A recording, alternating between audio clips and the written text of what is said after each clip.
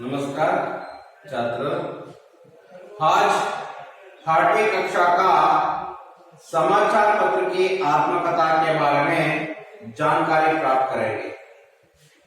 प्राचीन काल में समाचार पत्र आने के पहले कोई समूह माध्यम नहीं था। वह समूह माध्यम के द्वारा एक जगह से दूसरे जगह को संदेश भेजने के लिए अनेक माध्यम आ गया है। आजकल समाचार पत्र के स्थान में उस जगह पर कंप्यूटर है, ईमेल है, दूरदर्शन है, ऐसे अनेक साधन आ गया है। लेकिन इसके पहले एक जगह से दूसरे जगह को संदेश भेजने के लिए कबूतर के द्वारा संदेश भेजा जा सकता है और कबूतर के साथ साथ अनेक माध्यम के द्वारा संदेशों को भेजा जा सकता है।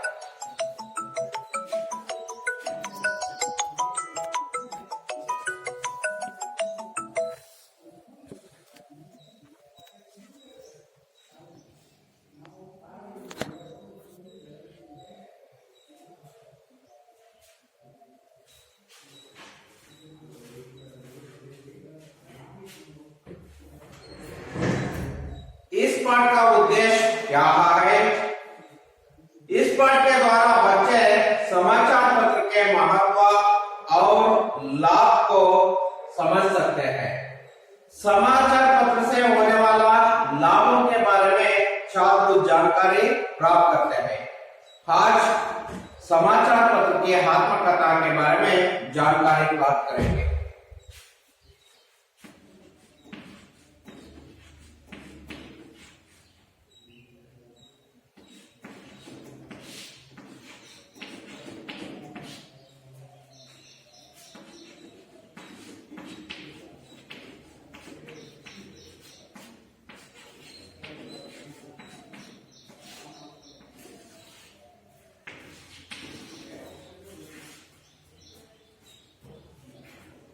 समाचार पत्र का आत्मकथा देखिए। पहले एक बार आदर्श वाचन। रोज सवेरे घर में आओ, रोज सवेरे घर में आओ, देश विदेश की खबर सुनाओ। रोज सवेरे घर में आओ, देश विदेश की खबर सुनाओ।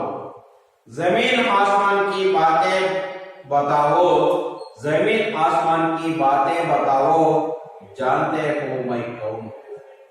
दोबारा, रोज सवेरे घर में आओ, देश विदेश की खबर सुनाओ, जमीन आसमान की बातें बताओ, जानते हो मैं कौन। रोज सवेरे घर में आओ, देश विदेश की खबर सुनाओ, जमीन आसमान की बातें बताओ, जानते हो मैं कौन। याद आया आपको? मैं भी समाचार पत्र हूँ। सुबह होते ही मैं हर घर में दिखाई देता हूँ। कई लोगों की मुझे पढ़े बिना सुबह ही नहीं होती। कहीं मुझे पढ़ते पढ़ते ही चाय या कॉफी पीते हैं। मैं व्यक्ति के जीवन का एक महत्वपूर्ण हिस्सा बन गया हूँ। मैं मनुष्य को उनके अपने घर बैठे बैठे सारे विश्व की जानकारी देता हूँ। मैं अमीर गरीब सबके ज्ञान का सस्ता और सुलभ साधन हूँ। प्राचीन काल में राजा महाराजा कबूतरों के द्वारा संदेश भेजा करते थे। संदेशवाहक भी संदेश लेकर जाते थे। आज समाचार पहुंचाने में कई साधन बने हैं, जिनमें रेडियो, टेलीफोन, दूरदर्शन, कंप्यूटर आदि मेरे साथी हैं। रेडियो जैसे साधनों से समाचार केवल सुना जा सकता है और दूरदर्शन जैसे साधनों के द्वारा सुनने के साथ साथ घटनाओं को देखा जा सकता है। लेकिन इन सभी में से मैं सरला और मितमयी साधन हूँ और लोगों तक तरह तरह के समाचार पहुंचाता हूँ। भारतवर्ष में पहले मैं अंग्रेजों में बंगाल गजट नाम से सन 1780 में प्रकाशित हुआ। हिंदी में उदांत मार्तंडा नाम से और कन्नड़ में मंगलूर समाचार रूप में सन 1843 में पहले प्रकट हुआ। वर्तमान समय में विभिन्न भाषाओं में हजारों की संख्या में मैं प्रकाशित होता रहता हूँ। Navbharat times, Hindustan times, times of India, Deccan Herald, Indian express, संयुक्त कर्नाटका, विजय कर्नाटका, प्रजावाणी, उदयवाणी, अमर उजाला, दैनिक जागरण, राजस्थान पत्रिका, जनसत्ता आदि अनेक नामों से मैं आपको मिल सकता हूँ। मैं दैनिका, साप्ताहिका, पाक्षिका आदि के रूप में आपके हाथ में रहता हूँ। विषय की दृष्टि से मुझे सामाजिका, धार्मिका, साहित्यिका, आर्थिका, सांस्कृतिका, मनोरंजका आदि वर्गों में विभाजित किया जाता है। दोबारा पढ़ना चाहता हूँ, देखिए। समाचार पत्र की आत्मकथा। रोज सवेरे घर में आवो, देश विदेश की खबर सुनाओ, देश विदेश की खबर सुनाओ, जमीन आसमान की बातें बताओ, जमीन आसमान की बातें बताओ, जानते हो मैं कौन। याद आया आपको? मैं ही समाचार पत्र हूँ। सुबह होते ही मैं हर घर में दिखाई देता हूँ। कई लोगों की मुझे पढ़े बिना सुबह ही नहीं होती। कहीं मुझे पढ़ते पढ़ते ही चाय या कॉफी पीते हैं। मैं व्यक्ति के जीवन का एक महत्वपूर्ण हिस्सा बन गया हूँ। मैं मनुष्य को उनके अपने घर बैठे बैठे सारे इशू की जानकारी देता हूँ। मैं अमीर गरीब सबके ज्ञान का सस्ता और सुलभ साधन। प्राचीन काल में राजा महाराजा कबूतरों के द्वारा संदेश भेजा करते हैं। संदेश वाहक भी संदेश लेकर जाते थे। आज समाचार पहुंचाने के कई साधन बने हैं, जिनमें रेडियो, टेलीफोन, दूरदर्शन, कंप्यूटर आदि मेरे साथी हैं। रेडियो जैसे साधनों से समाचार केवल सुना जा सकता है और दूरदर्शन जैसे साधनों के द्वारा सुनने के साथ साथ घटनाओं को देखा जा सकता है। लेकिन इन सभी में से मैं सरला और मितव्ययी साधन हूँ और लोगों तक तरह तरह के समाचार पहुंचाता हूँ। भारतवर्ष में पहले मैं अंग्रेजों में बंगाल गजट नाम से सन 1780 में प्रकाशित हुआ। हिंदी में उदांत मार्तंडा नाम से और कन्नड़ में मंगलूर समाचार के नाम से रूप में सन 1843 में पहले प्रकट हुआ। वर्तमान समय में विभिन्न भाषाओं में हजारों की संख्या में मैं प्रकाशित होता रहता हूँ। Navbharat times, Hindustan times, times of India, Deccan Herald, Indian express, संयुक्त कर्नाटक, विजय कर्नाटक, प्रजावाणी, उदयवाणी, अमर उजाला, दैनिक जागरण, राजस्थान पत्रिका, जनसत्ता आदि अनेक नामों से मैं आपको मिल सकता हूँ। मैं दैनिक, साप्ताहिक, पाक्षिक आदि के रूप में आपके हाथ में रहता हूँ। विषय की दृष्टि से मुझे सामाजिक, धार्मिक, साहित्यिक, आर्थिक, सांस्कृतिक, मनोरंजक आदि वर्गों में विभाजित किया जाता है। देखिए बच्चों, नोड़ी मक्ळे, समाचार पत्र की आत्मकथा, समाचार पತ್ರದ ಆತ್ಮಕತೆ ಬಗ್ಗೆ ನಾವು ತಿಳ್ಕೊಳ್ಳೋಣ. ಹಾಗಾದ್ರೆ ಸಮಾಚಾರ ಪತ್ರಗಳು ಇಲ್ಲದಂತಹ ಸಂದರ್ಭದಲ್ಲಿ ಏನನ್ನು ಉಪಯೋಗಿಸ್ತಾ ಇದ್ರು ಜನಗಳು? ಹಾಗಾದ್ರೆ ಪತ್ರಗಳನ್ನ ಬರಿತಾ ಇರಲಿಲ್ವಾ? ಹಾಗಾದ್ರೆ ಆಗ ವಿಷಯಗಳು ತಲುಪ್ತಾ ಇರಲಿಲ್ವಾ? ತಲುಪ್ತಾ ಇತ್ತು. ಅದಕ್ಕೆ ಅನೇಕ ಮಾರ್ಗಗಳನ್ನು ಕಂಡುಹಿಡಿದುಕೊಂಡಿದ್ರು. ಒಂದು ಕಬೂತರ್ ಯಾ ಪಾರಿವಾಳದ ಮುಖಾಂತರ ಸಂದೇಶಗಳನ್ನು ಕಳಿಸ್ತಾ ಇದ್ರು, ಪತ್ರಗಳನ್ನ ಬರಿತಾ ಇದ್ರು. ಈ ರೀತಿ ಅನೇಕ ರೀತಿಯ ಇಲ್ಲಿ ಸಂದೇಶಗಳನ್ನ ಕಳಿಸ್ತಾ ಇದ್ರು. ಆಗ ನಾಗಾಲ್ಯಾಂಡ್ನಲ್ಲಿ ನಾಗಾ ಜನರು ಡೋರ್ಗಳನ್ನ ಬಡಿಯೋದ್ರ ಮೂಲಕ ಒಂದು ಜಾಗದಿಂದ ಇನ್ನೊಂದು ಜಾಗಕ್ಕೆ ಸಂದೇಶಗಳನ್ನ ಕಳಿಸ್ತಾ ಇದ್ರು. ಹೀಗೆ ಅನೇಕ ಮಾರ್ಗಗಳನ್ನ ಕಂಡುಕೊಂಡಿದ್ರು. ಈಗ ಆಧುನಿಕ ಕಾಲದಲ್ಲಿ ಸಮಾಚಾರ ಪತ್ರಗಳನ್ನ ಮೀರಿಸುವಂತಹ ಸಮೂಹ ಮಾಧ್ಯಮಗಳು ನಮ್ಮ ಎದುರಿಗೆ ಬಂದಿದೆ. ಉದಾಹರಣೆಗೆ ದೂರದರ್ಶನ ಇರ್ಬೋದು, ಕಂಪ್ಯೂಟರ್ ಇರ್ಬೋದು, ಇವತ್ತು ಮೊಬೈಲ್ ಇರ್ಬೋದು, ಹಾಗೆ ಅನೇಕ ಸಾಧನಗಳನ್ನು ನಾವು ಬಳಸಿಕೊಂಡು ಇವತ್ತು ಒಂದು ಜಾಗದಿಂದ ಇನ್ನೊಂದು ಜಾಗಕ್ಕೆ ಸಂದೇಶಗಳನ್ನ ಕಳಿಸ್ತಾ ಇದ್ದೇವೆ.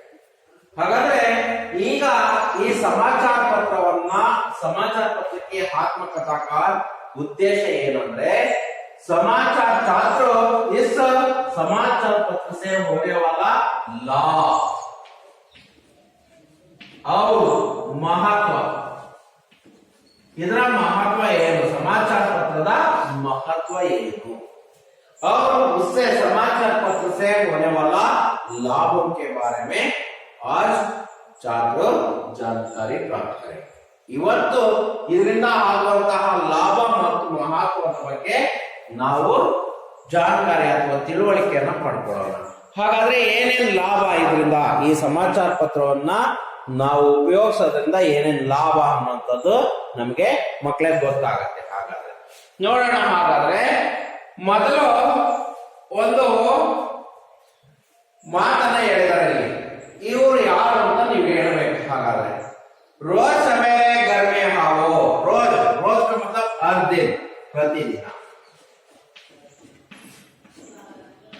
प्रतिदिन सवेरे घर में आओ. सवेरे का मतलब सुबह. सुबह घर में आओ. ನಾನು ಪ್ರತಿನಿತ್ಯ ಬೆಳಗ್ಗೆ ನಾನು ಬರ್ತೀನಿ. ದೇಶ ವಿದೇಶ की खबर सुनाओ.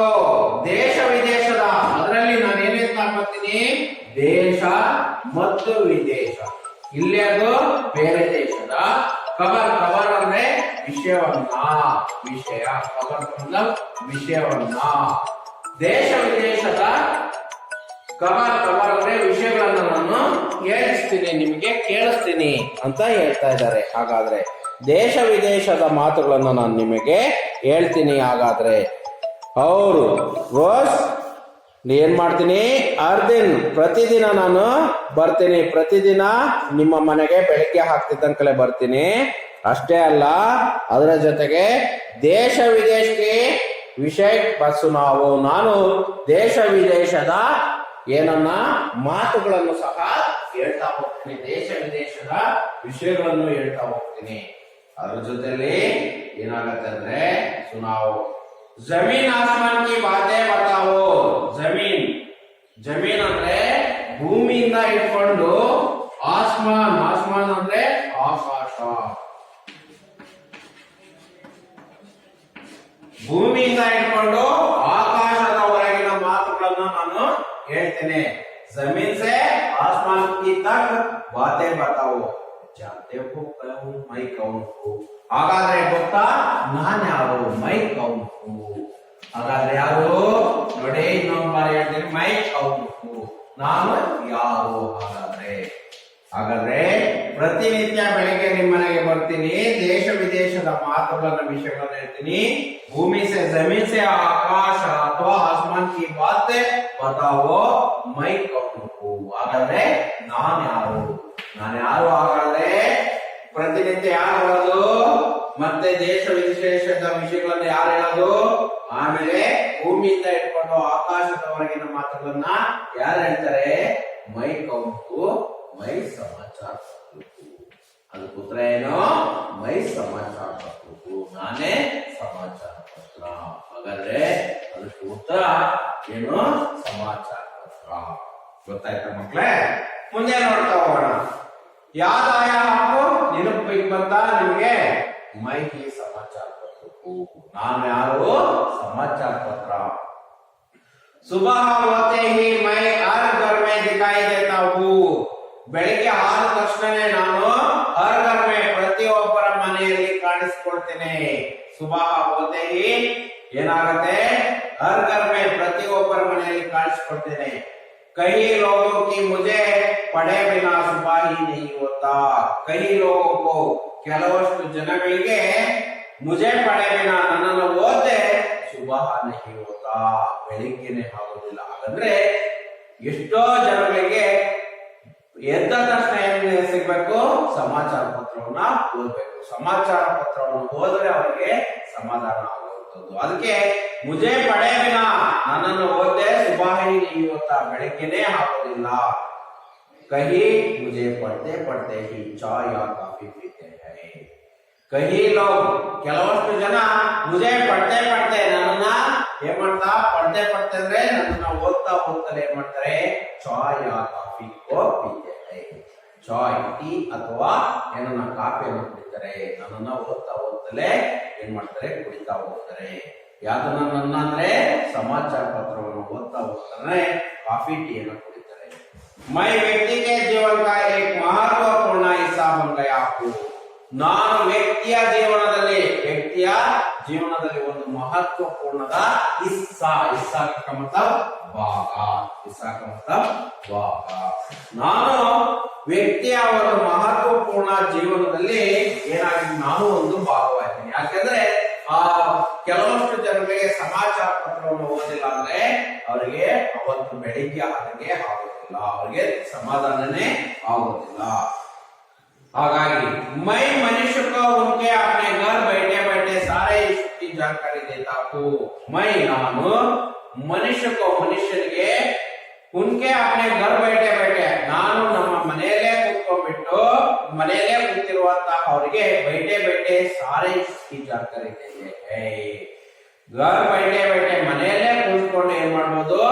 सारे ईश्वर का समानार्थಕ ಶಬ್ದ ಜಗತ್, ದುನಿಯಾ. ಈ ಜಗತ್ತಿನ, ಈ ಪ್ರಪಂಚದ ಎಲ್ಲಾ ವಿಷಯಗಳನ್ನ ತಿಳ್ಕೊಳ್ಬಹುದು. ಎಲ್ಲಿ ಕೂತ್ಕೊಂಡು? ಗರ್ಮೆ ಬೈಟೆ ಬೈಟೆ, ಮನೆಯಲ್ಲೇ ಕೂತ್ಕೊಂಡ್ಬಿಟ್ಟು ಈ ವಿಚಾರಗಳನ್ನ ತಿಳ್ಕೊಳ್ಬಹುದು. ಇಡೀ ವಿಶ್ವ ಮತ್ತು ಜಗತ್ತಿನ ವಿಚಾರಗಳನ್ನ ನಾವು ತಿಳ್ಕೊಳ್ಬಹುದು. ಮೈ ಅಷ್ಟೇ ಅಲ್ಲ, ಮನುಷ್ಯ को अपने घर बैठे बैठे सारे ईश्वर की जानकारी देता हूँ. मैं अमीर और गरीब सबके ज्ञान का सस्ता और सुलभ साधन हूँ. मैं अमीर और गरीब, ನಾನು ಅಮೀರ್ ಅಂದ್ರೆ ಶ್ರೀಮಂತ ಜನ, ಗರೀಬ್ ಅಂದ್ರೆ ಬಡವ ಜನ, ಬಡತನ. ಇದಕ್ಕೆ ಮಕ್ಕಳೇ ನೋಡಿ, ಇದರ ವಿಲೋಮ ಶಬ್ದ ಅಮೀರ್ का ವಿಲೋಮ ಶಬ್ದ ಗರೀಬ್. ಅಮೀರ್ ಅಂದ್ರೆ ಶ್ರೀಮಂತರು, ಗರೀಬ್ ಅಂದ್ರೆ ಬಡವರು. ಇದರ ಅಪೋಸಿಟ್ ನೋಡು, ಅಥವಾ ವಿಲೋಮ ಶಬ್ದ. ಅಮೀರ್ का ವಿಲೋಮ ಶಬ್ದ ಗರೀಬ್, सबके ज्ञान का, सबको ಎಲ್ಲರಿಗೂ ಅಮೀರ್ और गरीब लोगों को सबको ज्ञान का सस्ता, ಜ್ಞಾನವನ್ನು ಕೊಡುವಂತ ಸಸ್ತಾ ಅಂದ್ರೆ ಬಹಳ ಸುಲಭವಾಗಿ ಗೊತ್ತಾಯ್ತಾ. ಸಸ್ತಾ ಅವರು ಅಂದ್ರೆ ಬಹಳ ಕಡಿಮೆ ದರದಲ್ಲಿ ಹೆಚ್ಚಿನ ಹಣ ಬೇಕಾಗಿಲ್ಲ. ಒಂದು ಸಮಾಚಾರ ಪತ್ರ ಕೊಂಡ್ಕೊಳ್ಳೋದಕ್ಕೆ 4 ರೂಪಾಯಿ ಅಥವಾ 5 ರೂಪಾಯಿ. ಈಗ 4 ರೂಪಾಯಿ ಅಥವಾ 5 ರೂಪಾಯಿ ಇದ್ರೆ ಒಂದು ದಿನದ ಸಮಾಚಾರ ಪತ್ರವನ್ನ ಪಡ್ಕೋಬಹುದು. ಅದರಲ್ಲಿ 12, 14, 16 ಪೇಜ್ವರೆಗೂ ಸಹ ಬರುತ್ತೆ. ಹಾಗಾಗಿ ಅಲ್ಲಿ ಹೇಳ್ತಾರೆ ಸಸ್ತಾ ಹಾಗೂ ಸುಲಭ ಸಾಧನವು, ಸುಲಭವಾಗಿ ಸಿಗುವಂತಹ ಸಾಧನವಾಗಿದೆ. ಇದು ಈ ಸಮಾಚಾರ ಪತ್ರ ತನ್ನ ಬಗ್ಗೆ ಹೇಳ್ಕೊಂಡಿರುವಂತಹ ಮಾಹಿತಿ. ಅದಾದ್ಮೇಲೆ ಅದರಿಂದ ಮೊದಲು ಹೇಗಿತ್ತು? ಪ್ರಾಚೀನ ಕಾಲ में राजा महाराजा कबूतर के द्वारा संदेश भेजा जा सकता है. ಪ್ರಾಚೀನ ಕಾಲದಲ್ಲಿ, ಹಾಗಾದ್ರೆ ಹಿಂದಿನ ಕಾಲದಲ್ಲಿ ಸಂದೇಶವನ್ನು ಹೇಗೆ ಕಳಿಸ್ತಾ ಇದ್ರು ಅಂದ್ರೆ ರಾಜ ಮಹಾರಾಜರು ಕಬೂತರಕ್ಕೆ ದ್ವಾರ, ಕಬೂತರ ಮತ ಪಾರಿವಾಳ,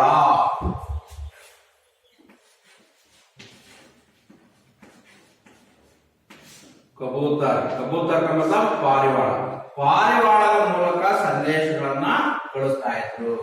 राजा महाराजರು संदेशವನ್ನ किसके द्वारा भेजा जा सकता है? कबूतर के द्वारा भेजा करते थे. संदेशवाहक भी संदेश लेकर जाते थे. संदेशवाहक ಅಂದ್ರೆ जो संदेश को लेकर जाते हैं उसको कहते हैं संदेशवाहक. ಹಾಗಾದ್ರೆ ಸಂದೇಶವನ್ನು ತೆಗೆದುಕೊಂಡು ಹೋಗೋರಿಗೆ ನಾವು ಏನಂತ ಕರಿತೀವಿ? ಸಂದೇಶವಾಹಕ. ಸಂದೇಶಗಳನ್ನು ತೆಗೆದುಕೊಂಡು ಸಂದೇಶ लेकर जा सकते थे, ಹೋಗ್ತಾ ಇತ್ತು ಸಂದೇಶವನ್ನು ತೆಗೆದುಕೊಂಡು. ಆ ಸಮಾಚಾರ ಪਹੁಂಚಾನೆ के कई साधन बने हैं. ಇವತ್ತು ಇಂತಹ ಸಂದೇಶಗಳನ್ನು ಕಳಿಸೋದಕ್ಕೆ ಅನೇಕ ಸಾಧನಗಳೇ ಬಂದೋಗಿದ್ದಾವೆ. जिनमें ಅವು ಯಾವ್ಯಾವ ಹಾಗಾದ್ರೆ ಸಂದೇಶಗಳನ್ನು ಕಳಿಸೋದಕ್ಕೆ ಬಂದಿರುವಂತವು ರೇಡಿಯೋ, ಒಂದನೇದಾಗಿ radio, telephone,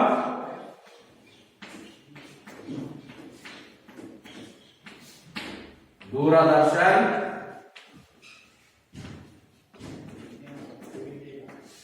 computer,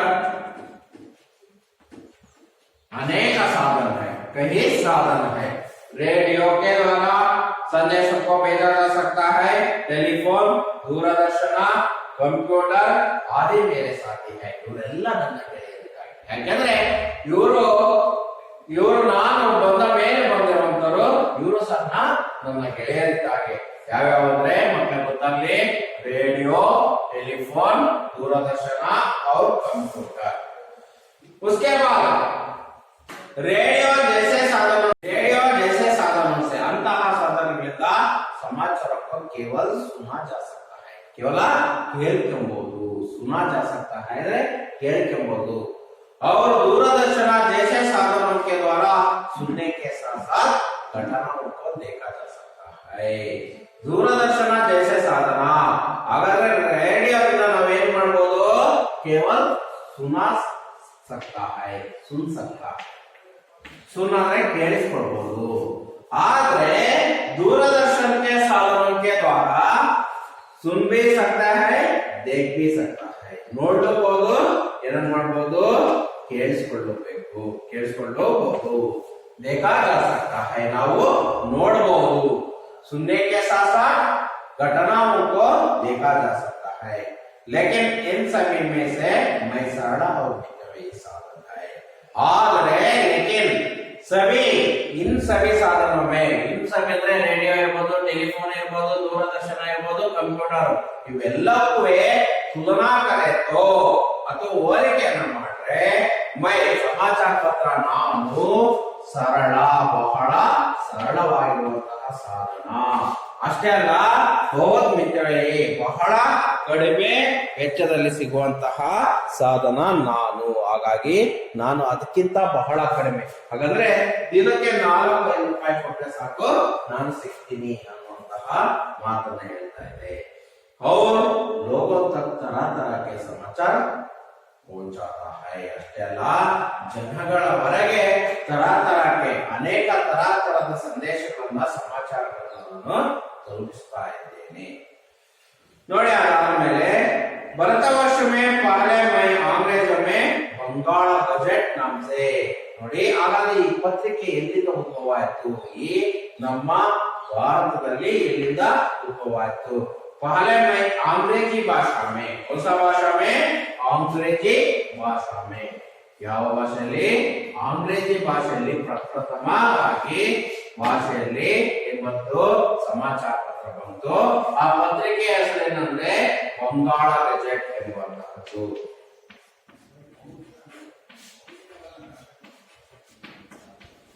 Bangala gazette ಎಂಬಂತಹ ಪತ್ರಿಕೆ ಯಾವ ಭಾಷೆಯಲ್ಲಿ ಬಂತು ಮಕ್ಕಳೇ ಅಂಗ್ರೇಜಿ ಭಾಷೆಯಲ್ಲಿ ಆ ಪತ್ರಿಕೆ ಹೆಸರೇನಂದ್ರೆ ಬಂಗಾಳ ಗೆಜೆಟ್ ಯಾವಾಗ ಅಂದ್ರೆ 1780 1780 में 1780ರಲ್ಲಿ ಪಹಲಾ ಪ್ರಕಾಶಿತ ಅಥವಾ ಮುದ್ರಣವಾಯಿತು ಅಂಗ್ರೇಜಿ ಭಾಷೆಯಲ್ಲಿ ಬಂಗಾಳ ಗೆಜೆಟ್ ಎಂಬಂತಹ ಪತ್ರಿಕೆ ಹೆಸರು 1780 1780 में हुआ प्रकाशित हुआ हिंदी में उदांत मार्तंड हिंदी भाषा में ಅದಾದ್ಮೇಲೆ ಹಿಂದಿ ಭಾಷೆಯಲ್ಲಿ ಉದಾಂತ ಮಾರ್ತಾಂಡ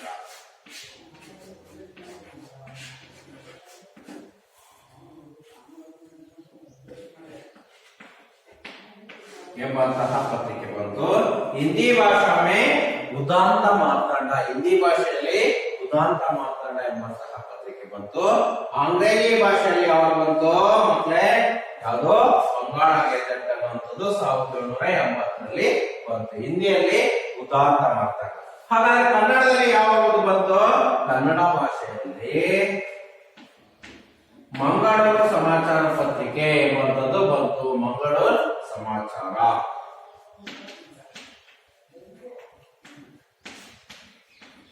ಇದು ಎಷ್ಟರಲ್ಲಿ ಮುದ್ರಣ ಆಯ್ತು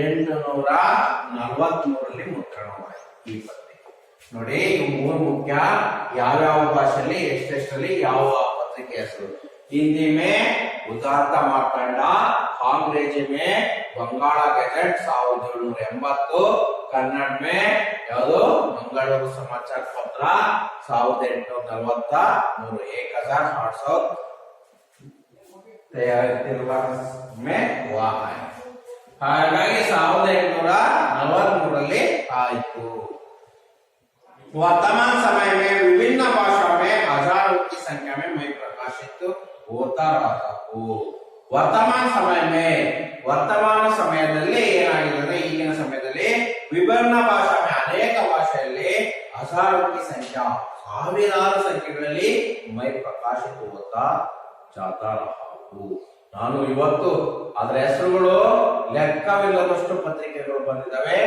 ಆ ಅನೇಕ ಹೆಸರುಗಳಲ್ಲಿ ಪ್ರಕಾಶಿತವಾಗ್ತದೆ ಮುದ್ರಣವಾಗ್ತದೆ ಇಲ್ಲಿ ಉದಾಹರಣೆಗೆ ಕೆಲವಷ್ಟು ಪತ್ರಿಕೆಗಳ ಹೆಸರನ್ನು ಕೊಟ್ಟಿದ್ದಾರೆ ಮಕ್ಕಳೇ ನೋಡೋಣ नवभारत टाइम्स ये वाला यहाँ पत्रिका उनका नाम है Navbharat times Hindustan times times of India Deccan Herald Indian express संयुक्त कर्नाटक विजय कर्नाटक प्रजावाणी उदयवाणी अमर उजाल दैनिक जागरण राजस्थान पत्रिका जनसाता आदि अनेक नामों से मैं आपको मिल सकता हूँ इन्नू अनेक ಹೆಸರುಗಳಲ್ಲಿ ನಾನು ಪತ್ರಿಕೆಗಳಾಗಿ ಸಿಗ್ತಾರೆ ಇವೆಲ್ಲ ಪತ್ರಿಕೆಗಳ ಹೆಸರು ಇವು ಆದ್ಮೇಲೆ ಇವು ಯಾವ ರೀತಿ ಪತ್ರಿಕೆಗಳು ಎಷ್ಟೆಷ್ಟು ದಿನಕ್ಕೆ ಬರ್ತವೆ ಅಂತ ನೋಡೋಣ ಮೈ ದೈನಿಕ ಸಾಪ್ತಾಹಿಕ ಪಾಕ್ಷಿಕ ನಾನು ದೈನಿಕ ದೈನಿಕ ಅಂದ್ರೆ ಹರ್ ದಿನ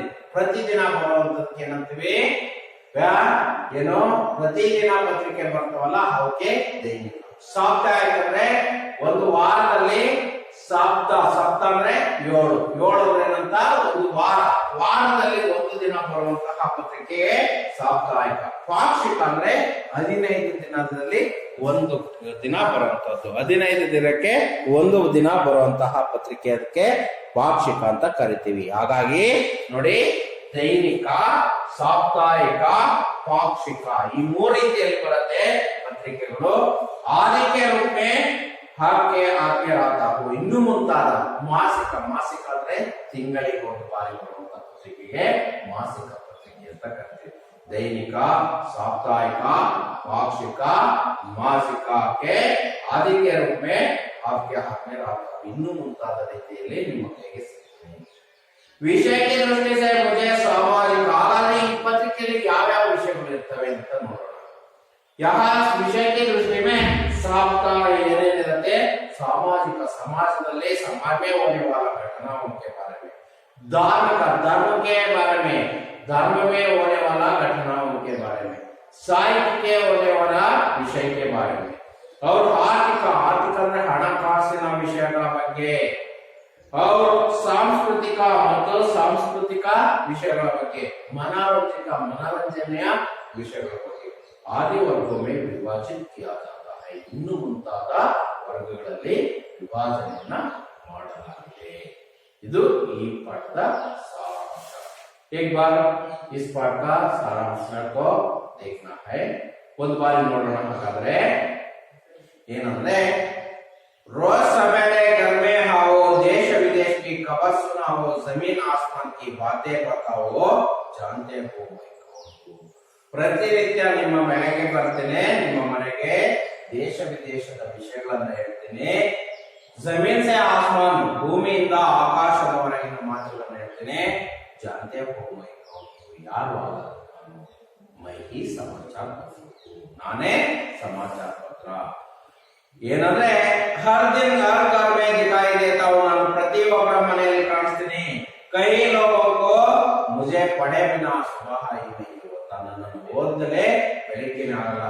मुझे पढ़ते पढ़ते ही चाय या कॉफी को पीते हैं और मैं व्यक्ति का जीवन का एक महत्वपूर्ण अंग बन गया है और मैं मनुष्य को उनके घर में बैठे बैठे समाचारों को जानकारी देता है. समाचारों का मैं अमीर और गरीबों को सबको ज्ञान का सस्ता और सरल साधन. प्राचीन काल में राजा महाराजा कबूतरों के द्वारा संदेशों को भेजा जा सकता है. संदेशवाहक भी संदेश लेकर जाते थे. आज समाचार पहुंचाने के लिए अनेक कई साधन आ गया है. रेडियो, टेलीफोन, दूरदर्शन, कंप्यूटर आदि अनेक साधन है. यहाँ सभी मेरे साथी है. रेडियो जैसे साधनों से समाचारों को केवल सुना जा सकता है, लेकिन रेडियो जैसे दूरदर्शन जैसे साधनों के द्वारा सुनने के साथ साथ घटनाओं को देखा जा सकता है. लेकिन इन सभी में मैं सरल और मितव्ययी साधन हूँ और लोगों तक तरह तरह के समाचार पहुंचाता हूँ. भारतवर्ष में पहले मैं अंग्रेजों में बंगाला गजट नाम से सन 1780 में प्रकाशित हुआ. हिंदी में उदांत मार्तंड नाम से और कन्नड़ में मंगलूरु समाचार पत्र के रूप में सन 1843 में पहले प्रकट होता हुआ. वर्तमान समय में विभिन्न भाषाओं में हजारों की संख्या में प्रकाशित हुआ है.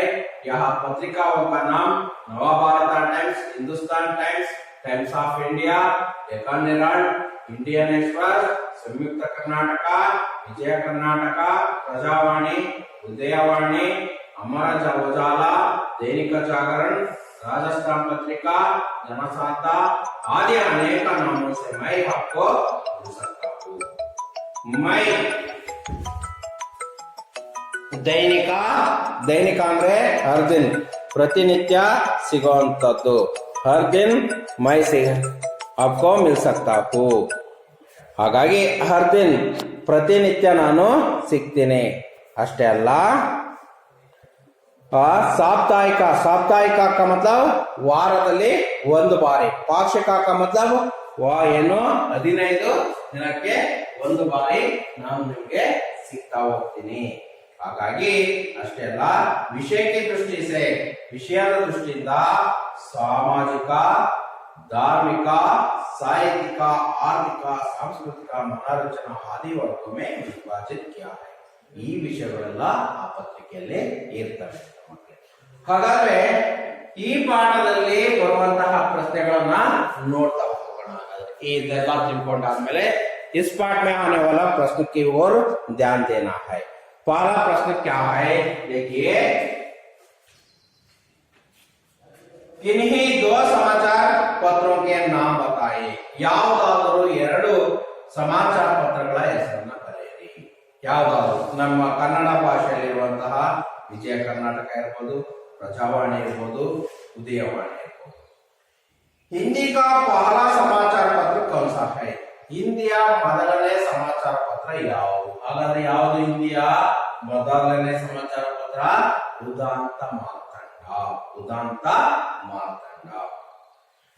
प्राचीन काल में राजा महाराजा संदेश कैसे भेजते थे? ಪ್ರಾಚೀನ ಕಾಲದಲ್ಲಿ ರಾಜರು ಮಹಾರಾಜರು ಸಂದೇಶವನ್ನು ಹೇಗೆ ಕಳಿಸ್ತಾ ಇದ್ರು? ಕಬೂತರೋं के द्वारा। ಕಬೂತರ ಅಂದ್ರೆ ಪಾರಿವಾಳದ ಮೂಲಕ ಸಂದೇಶವನ್ನ ಕಳಿಸ್ತಾ ಇದ್ರು। समाचार पहुंचाने के नवीन साधन कौन कौन से है? ಸಮಾಚಾರಗಳನ್ನು ಕಳಿಸೋದಕ್ಕೆ ಈಗ ಬಂದಿರುವಂತಹ ನವೀನ ಸಾಧನಗಳು ಯಾವ್ಯಾವು? ಯಾವ್ಯಾವ ಮಕ್ಕಳೇ? Radio, telephone, Doordarshan, computer. Kannada का पहला समाचार पत्र कौन सा है? ಕನ್ನಡದ ಮೊದಲನೇ ಸಮಾಚಾರ ಪತ್ರ ಯಾವುದು? ಕನ್ನಡದ ಮೊದಲನೇ ಸಮಾಚಾರ ಪತ್ರ ಯಾವುದು? ಮಂಗಳೂರು ಸಮಾಚಾರ ಪತ್ರ। ಮಂಗಳೂರು ಸಮಾಚಾರ ಪತ್ರ ಎಷ್ಟರಲ್ಲಿ ಬಂದಿದ್ದು? 1843ರಲ್ಲಿ। ಇಲ್ಲಿ ಮಕ್ಕಳೇ ಉದಾಹರಣೆಯನ್ನು ಕೊಟ್ಟಿದ್ದಾರೆ, ಆ ರೀತಿ ಮಾಡಿ ಅಂತ। ದೂರ ಪ್ಲಸ್ ದರ್ಶನ, ಇವು ಎರಡು ಪದಗಳು ಸೇರಿ ಬಂದಿವೆ। ದೂರ ಪ್ಲಸ್ ದರ್ಶನ, दूरदर्शन।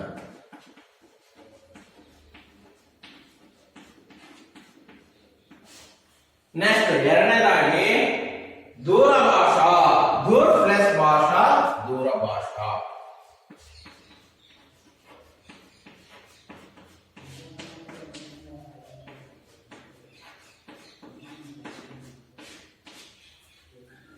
और तीसरा दूरसंचार। दूर प्लस संचार। ಇದು ಯಾಕೆ ಕೊಟ್ಟಿದ್ದಾರೆ ಅಂದ್ರೆ ಮಕ್ಕಳೇ, ಈ ಎರಡು ಪದಗಳನ್ನು ಸೇರಿಸಿ ಒಂದು ಪದವನ್ನ ಮಾಡಿದ್ದಾರೆ। दूर प्लस दर्शन, दूरदर्शन। दूर प्लस भाषा, दूरभाषा। दूर प्लस संचार, दूरसंचार। हालांकि दूरदर्शन के अंग्रेजी भाषा में क्या कहते हैं? ಏನಂತ ಕರೀತಾರೆ? ಟೆಲಿವಿಷನ್। दूरदर्शन के ಏನಂತ ಕರಿತೀವಿ? ಟೆಲಿವಿಷನ್। दूरभाषा टेलीफोन। दूरसंचार के टेलीकम्युनिकेशन। ನೋಡಿ ನಾನು ಬಾರಿ ಹೇಳ್ತೀನಿ, ದೂರದರ್ಶನಕ್ಕೆ ಏನಂತ ಕರೀತಾರೆ? ಹಾಗಾದ್ರೆ ದೂರದರ್ಶನಕ್ಕೆ ನಿಮ್ಮ ಮನೆಗೆಲ್ಲ ಇದೆಯಲ್ಲ, ಟೆಲಿವಿಷನ್, ಟಿವಿ ಅಂತ ಕರಿತೀವಿ। Telephone, telecommunication, telecommunication. दूरभाषा ಅಂದ್ರೆ ಏನಂತ? ಟೆಲಿಫೋನ್, ನಿಮ್ಮ ಮನೆಗೆಲ್ಲ ಇರುವಂತಹ ಫೋನ್। ಇಲ್ಲಿ ನೋಡೋಣ, ಖಾಲಿ ಜಗಹ ಬರಿ ಅಂತ ಕೊಟ್ಟಿದ್ದಾರೆ। ರೇಡಿಯೋ से समाचार जा सकता है। ಹಾಗಾದ್ರೆ ಮಕ್ಕಳೇ, ರೇಡಿಯೋದ ಮೂಲಕ ಸಮಾಚಾರವನ್ನು ನಾವೇನ್ ಮಾಡಬಹುದು? देखा जा सकता है, ನೋಡಬಹುದಾ? सुना जा सकता है, ಕೇಳಬಹುದಾ? ಇನ್ನೊಂದು ಕೊಟ್ಟಿದ್ದಾರೆ, पढ़ सकते हैं, ಓದಬಹುದಾ? सुना सकता है, देखा और सुना ಅಂತ ಕೊಟ್ಟಿದ್ದಾರೆ, ನೋಡಬಹುದು ಮತ್ತೆ ಕೇಳಬಹುದು। ಹಾಗಾದ್ರೆ ರೇಡಿಯೋದಿಂದ ನಾವೇನ್ ಮಾಡಬಹುದು? ಕೇವಲ ಸುನ್ ಸಕ್ತಾ ಹೈ, ಕೇಳಬಹುದು। ಹಾಗಾದ್ರೆ ಸರಿಯಾದ ಉತ್ತರ ಯಾವುದು? ಸುನ್। दूरदर्शन में हम समाचार और जा सकता है। दूरदर्शनದಿಂದ ಹಾಗಾದ್ರೆ ನಾವೇನ್ ಮಾಡಬಹುದು? ಏನೇನ್ ಮಾಡಬಹುದು? देखा और सुना जा सकता है। दूरदर्शनದಿಂದ ನೋಡಬಹುದು ಮತ್ತೆ ಸುನಾ ಅಂದ್ರೆ ಕೇಳಿಸಿಕೊಳ್ಳಬಹುದು। समाचार पत्र जा सकता है। समाचार ಪತ್ರವನ್ನ ನಾವು ನೋಡಬಹುದಾ? ಬರೇ ನೋಡಕ್ಕಾಗಲ್ಲ, ಪಠ್ जा सकता है। ಪಠ್ ಅಂದ್ರೆ ಓದಬೇಕು, ನಮಗೆ ಓದಕ್ಕೆ ಬರಬೇಕು। ಬರೇ ಈಗ ಅನ್ಪढ़ ವ್ಯಕ್ತಿ, ಅನಕ್ಷರಸ್ಥರು ದೂರದರ್ಶನವನ್ನು ನೋಡೋದ್ರಿಂದ ಬೇಕಾದ್ರೆ ವಿಷಯ ತಿಳ್ಕೊಬಹುದು, ಆದ್ರೆ ಸಮಾಚಾರ ಪತ್ರವನ್ನು ಬರೇ ನೋಡ್ರೆ ವಿಷಯ ತಿಳ್ಕೊಳಕ್ಕಾಗಲ್ಲ। ಪಠ್ सकता है, ಏನ್ ಮಾಡ್ಬೇಕು? ಓದೋರು ಮಾತ್ರ ವಿಷಯಗಳನ್ನ ತಿಳ್ಕೊಬಹುದು। ನೋಡಿ, ಈಗ ಅದರ ಕೆಳಗಡೆ सही और गलत का निशाना लगाइए। सही और गलत, ಹಾಗಾದ್ರೆ ಸರಿಯಾದ ಎದುರಿಗೆ ಸಹಿ ಮತ್ತೆ ಗಲತ್ ಇದ್ರೆ ಗಲತ್. ಪ್ರಾಚೀನ ಕಾಲ में कबूतरों के द्वारा संदेश भेजा थे. ಹಾಗಾದ್ರೆ ಪ್ರಾಚೀನ ಕಾಲದಲ್ಲಿ ಪಾರಿವಾಳಗಳ ಮೂಲಕ ಸಂದೇಶಗಳನ್ನು ಕಳಿಸ್ತಾ ಇದ್ರು. ಸರಿನಾ ತಪ್ಪು? ಸರಿ, ಸಹಿ ಉತ್ತರ. ರೇಡಿಯೋ से हम समाचार पढ़ सकते हैं. ರೇಡಿಯೋದಿಂದ ನಾವು ಸಮಾಚಾರವನ್ನು ಓದಬೇಕಾಗತ್ತೆ. ಗಲತ್. ಇದು ತಪ್ಪು. ಹಾಗಾದ್ರೆ ಸಮಾಚಾರ ಪತ್ರ ಜ್ಞಾನ का महंगा साधन है. ಹಾಗಾದ್ರೆ ಸಮಾಚಾರ ಪತ್ರ ಜ್ಞಾನದ ಮಹಾಂಗ ಅಂದ್ರೆ ಬಹಳ ದುಬಾರಿ ಸಾಧನ. ತಪ್ಪು. ಯಾಕಂದ್ರೆ ಸಸ್ತ ಸಾಧನ. ಇದು ಬಹಳ ಸುಲಭವಾಗಿ ಎಲ್ಲರ ಕೈಗೆ ಸಿಗುವಂತಹ ಸಾಧನೆ ಆಗಿದೆ. ಮಕ್ಕಳೇ, ಹಾಗಾದ್ರೆ ನೋಡೋಣ. ಇಷ್ಟನ್ನ ನಾವು ಇವತ್ತು ತಿಳ್ಕೊಳ್ಳೋಣ. ನೋಡಿ, ಇವತ್ತು ಏನೇನು ವಿಷಯಗಳನ್ನ ತಿಳ್ಕೊಂಡ್ರೆ ಸಮಾಚಾರ ಪತ್ರದ ಆತ್ಮಕಥದಿಂದ ಉಸ್ಕ ಮಹತ್ವ, ಲಾಭ, ಅದರಿಂದ ಆಗುವಂತಹ ಲಾಭ.